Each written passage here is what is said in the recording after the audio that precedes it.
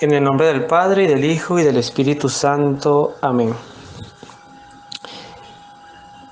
En el corazón del hombre siempre habita el anhelo, consciente o inconscientemente, de la recompensa, de qué voy a obtener por dar.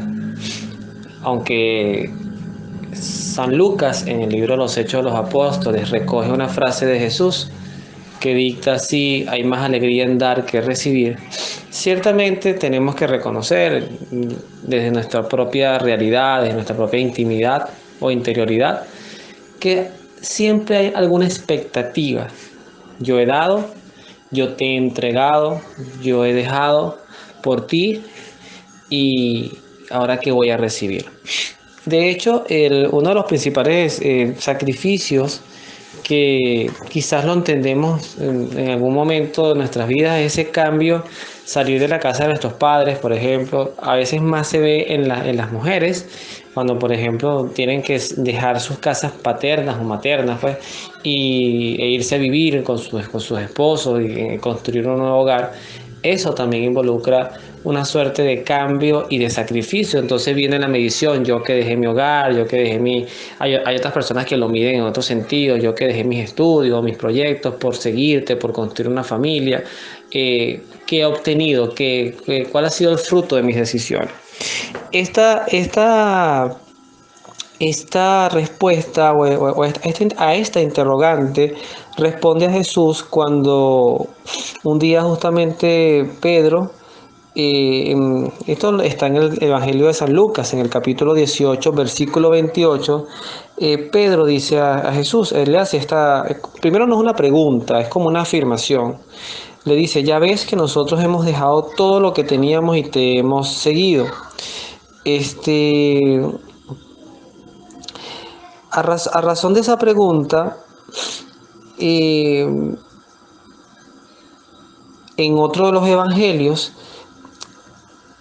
viene como una pregunta asociada, o sea, como a nosotros qué nos toca, a nosotros qué nos quedará por haber dejado todo por seguirte, porque además, bueno, como decía el Señor, el que deje padre, madre. Entonces Cristo responde con esa frase, dice: yo les aseguro que ninguno que haya dejado casa, esposa, hermanos, padre, madre, hijo, a causa del reino de Dios. Esto es importante, o sea, no que lo dejó por dejarlo, ¿no?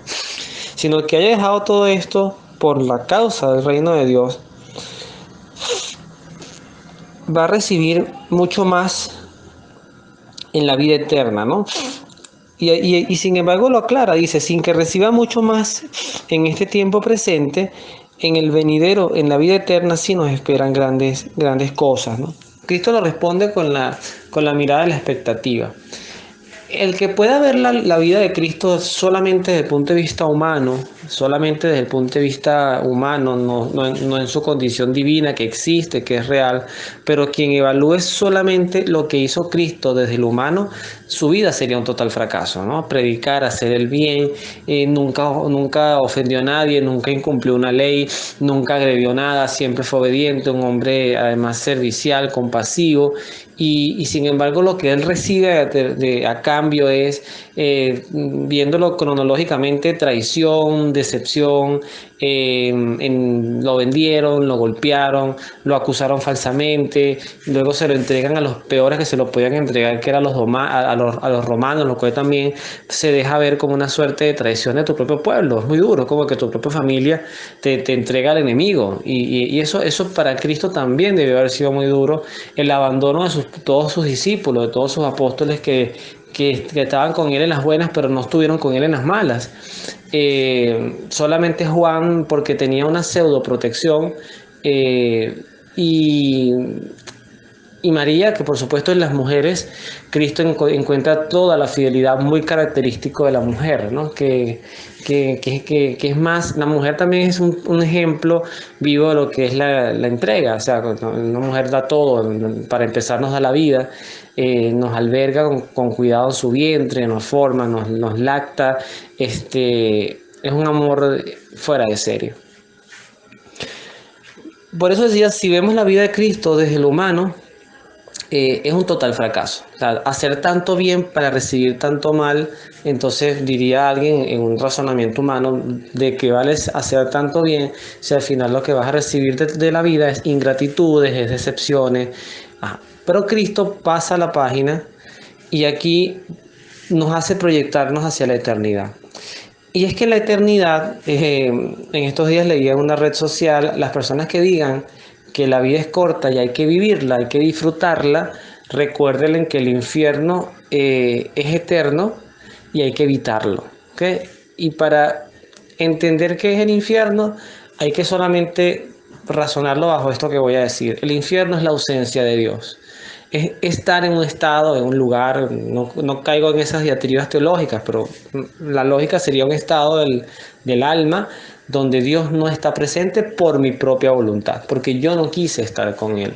Entonces, esa apuesta hacia la eternidad, entendiendo que lo más seguro que tenemos en la vida es llegar en algún punto que Dios disponga a la muerte y a partir de allí recoger los frutos de nuestra vida, es donde se hace la reflexión que además que en Cristo es evidente, Cristo resucita, o sea, viene de la muerte, vence la muerte, vence el pecado, y además en Cristo hay una frase muy hermosa también de los evangelios que dice, voy a prepararles un lugar, eso no le perdamos nunca la vista o la pista, voy a prepararles un lugar porque en la casa de mi Padre hay muchas habitaciones. O sea, Él no las limita, ¿no?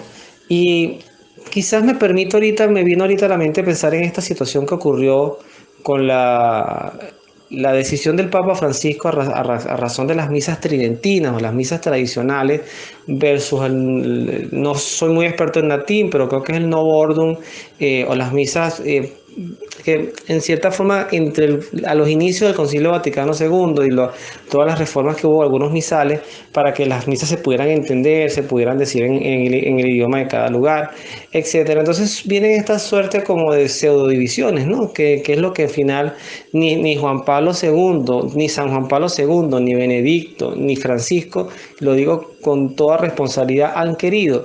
Y es que los cristianos vivamos divididos. Como que, bueno, es que los que hacemos la misa tridentina, sí hacemos la misa, los que hacen la misa ya no bordum, no hacen la misa, ¿no? Ese tipo, o hacernos una pseudo club. Entonces, nosotros somos el club de los carismáticos, el club de los no carismáticos, el club de las misas tridentinas, no. Sino que entendamos que todos tenemos un lugar en Dios y que Dios nos quiere sencillamente bajo una sola clave, que es la clave del servicio. Y la clave del servicio, vuelvo al inicio, es la clave de la entrega.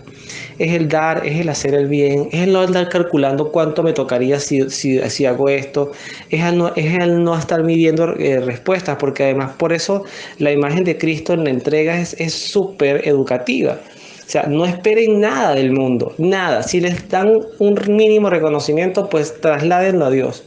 Pero no esperen nada del mundo. ¿Qué podemos esperar del mundo? Persecuciones, burla, ser minoría, ir contracorriente, porque ya lo hemos hablado en otras oportunidades, el mundo, la carne, el demonio, son propiamente los enemigos del alma. Y es lógico, porque son además el demonio por ser totalmente lo antagónico al bien, por ser un ángel caído, fracasado, que ahorita no tiene otra cosa que hacer que sencillamente vivir de su odio, de su decisión y querer transmitirla a lo que Dios ama, que es su creación y sus criaturas. Y los otros dos porque es finito, es corruptible, o sea, tanto la carne como el mundo, para nosotros, para nuestra experiencia de vida, es algo corruptible, es algo que va a ser finito. La eternidad no es así.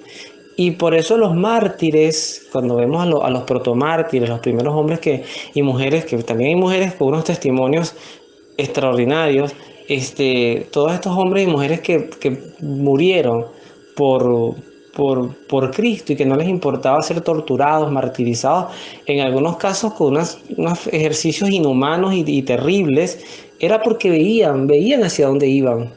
Se alegraban de saber que además compartían el sufrimiento de Cristo y además que sabían a dónde iban, a la recompensa del cielo.